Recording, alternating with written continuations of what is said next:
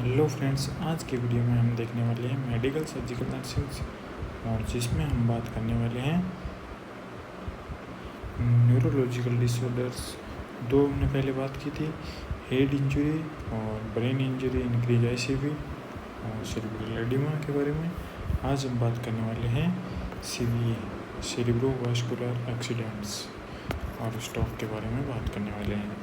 तो इसकी डेफिनेशंस है, it is a disease of brains in which there is interruptions of blood flow to the cerebrum due to ischemic or hemorrhagic will lead to distortions or damage, hypoxic damage of motor में मोर होता है और sensory less होता है, sensory area less और brains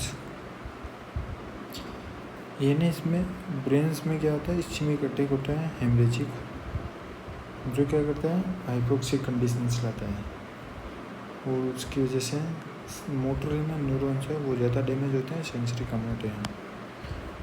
अगला है, इसमें एक नोट डाल के लिख लेना, ये TIA transit ischaemic attack, transitional ischaemic attack, short term for few second of ischaemic to the brains. Warning signs CVA, warning signs है CVA का, स्ट्रोक का। रिवर्सिबल कंडीशन है ये। अगला है, इसके कोजेज क्या है, कारण है इस्चेमिक स्ट्रोक और हेमरेजिक स्ट्रोक। हेमरेजिक स्ट्रोक 15% होता है, लेस देन, और ये मोर होता है 85%।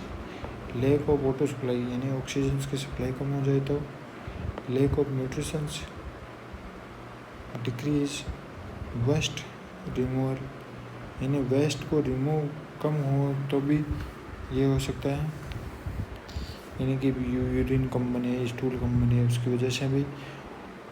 और ऑब्स्ट्रक्शंस क्या हो सकते हैं, एक तो है थ्रोम्बस का फॉर्मेशन नहीं होता है, most common 64% cause of CVA यानी 64% कारण है CVA का थ्रोम्बस।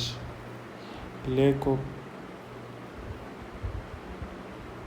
सेकेंडरी प्लेटलेट प्लग यानी lack of secondary platelet plug. अगला है एम्बुलस 21%। इसमें मोबाइल थ्रोम्बस यानी जो घूमता रहता है इधर उधर। रिस्क क्या है, मॉडिफाइएबल यानी जो हम मॉडिफाई कर सकते हैं और नॉट मॉडिफाइबल, जैसे कि possibility of modifications, hypertensions, diabetes mellitus, secondary life styles, alcohol, smoking, obesity.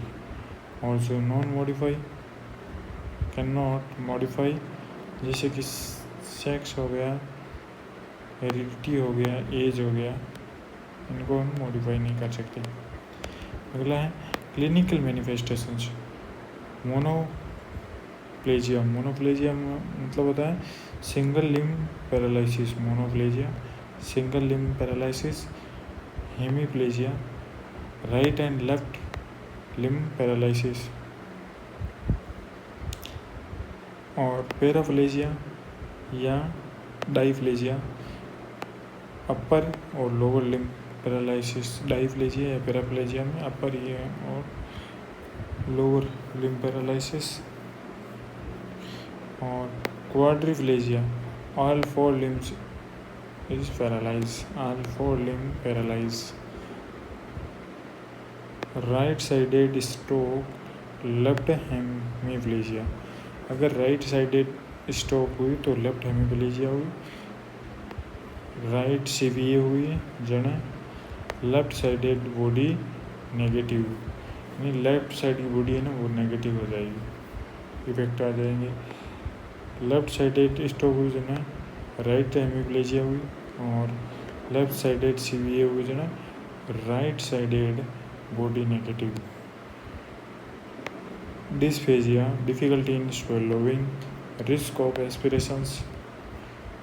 डिस्फेसिया, fascia SI आवे एक मान, और एक मान G आवे GI, फेसिया fascia.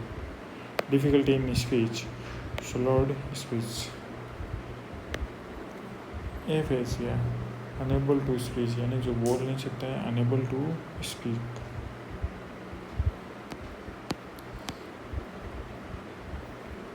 Repetitive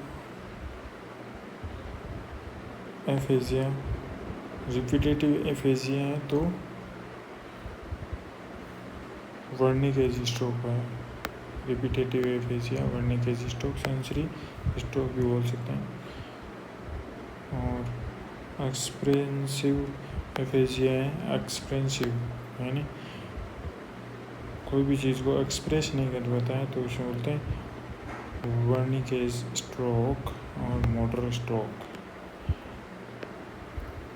एफ्रोक्सिया, unable to use the object due to forgetting its functions previously known, यानी किसी काम का कार्य क्या करना है, यानी कोई भी काम है उसका कैसे करना है ये उसे पता नहीं होता है। Agnosia, unable to naming of object का काम तो याद रहता है पर उसका नाम याद नहीं रहता है। एग्नोसिया।